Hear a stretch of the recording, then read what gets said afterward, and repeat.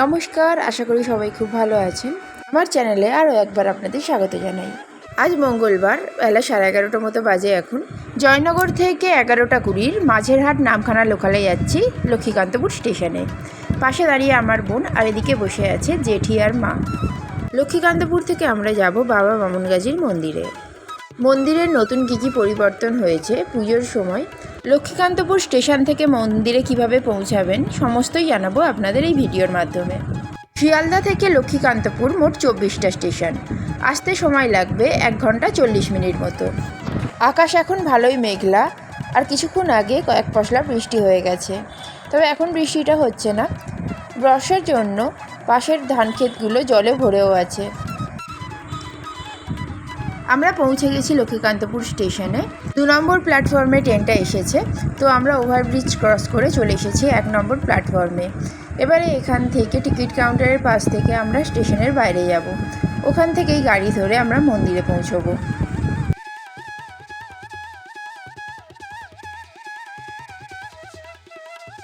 স্টেশনের বাইরেই আছে প্রচুর ফলের দোকান। আর প্রথমের দোকানটা তো শুধু আনারসে দিয়েই ভর্তি। তো আমার বোন দেখতে গিয়েছিল ওখানে আনারস, কিন্তু এখন কেনেনি, পুজো দিয়ে ফেরার সময় তখন নেবে।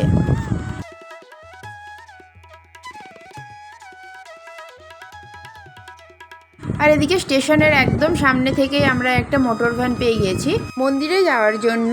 এখান থেকে মাথা পিছু 20 টাকা করে ভ্যান ভাড়া, আর আসতেও সময় লেগেছে প্রায় 20 মিনিট মতোই।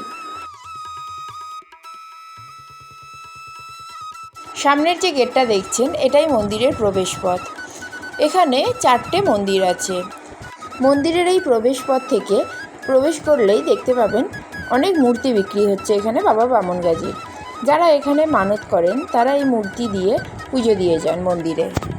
ভক্তরা বিশ্বাস করেন এখানে মানত করলে অনেক জটিল রোগও সেরে যায়, তাই জন্য তারা মানত করে সুস্থ হলে এখানে পুজো দিতে আসেন। সামনে ডান দিকে যে পুকুরটা দেখছেন, এই পুকুরে স্নান করে তারা এখানে দণ্ডিও কাটেন, এবং এই যে মূর্তিগুলো দেখছেন এগুলো দিয়েও পুজো দিয়ে যান। মঙ্গল এবং শনিবার এখানে বিশেষ পুজো হয় এবং মানদেরও পুজো হয়। আর যেহেতু মঙ্গলবার, অনেকেই তাদের মানত চুকাতে এসেছেন, এবং তাই জন্য দেখুন অনেকেই পুকুরে স্নান করে দণ্ডি দিয়ে মন্দিরে পুজো দিতে যাচ্ছেন। মন্দিরে ফটো তোলা নিষেধ, তাই সেই কারণে মন্দিরের ভিতরের ফটো দেখানো আপনাদের সম্ভব হবে না। মন্দিরে পুজোর সময় দুপুর 1টা থেকে 2টো, কিন্তু কেউ যদি এসে তাড়াতাড়ি ফিরতে চান তাহলে ঠাকুরের পায়ে প্রসাদ ছুঁয়ে তাকে তাড়াতাড়ি পুজো দিয়ে দেওয়া হয়। আর পুজোর প্রসাদ আপনারা এখান থেকেই পেয়ে যাবেন। শনিবার এবং মঙ্গলবার এই মন্দিরে বিশেষ পুজোর আয়োজন হয়, তাই জন্য প্রচুর দোকানপাটও বসে। অন্যান্য দিন সপ্তাহের এই দোকানগুলো থাকে না। আমরা পুজো দিয়ে চলে এসেছি, আর এখানে টুকটাক খাওয়া দাওয়া সেরে নিচ্ছি। মন্দিরের মূল গেট থেকে প্রবেশ করার পরেই 3টে মন্দির দেখতে পাবেন। তারপর থেকে এই ঢালাই রাস্তাটা থেকে কিছুটা এগিয়ে এলে আরও একটা মন্দির দেখতে পাবেন। এই রাস্তাটা ধরে 5-7 মিনিট হেঁটে গেলেই রাস্তার একদম শেষে আছে বাবা পঞ্চাননের মন্দির। আর রাস্তার দুধারে শুধুই ধান ক্ষেত। শীতের দিকে যদি এই মন্দিরে আসেন, ধান তোলা হয়ে গেলে যখন এই মাঠে জলও থাকে না, তখন দেখতে পাবেন প্রচুর পুণ্যার্থী এই মাঠগুলোতে বসে আছে।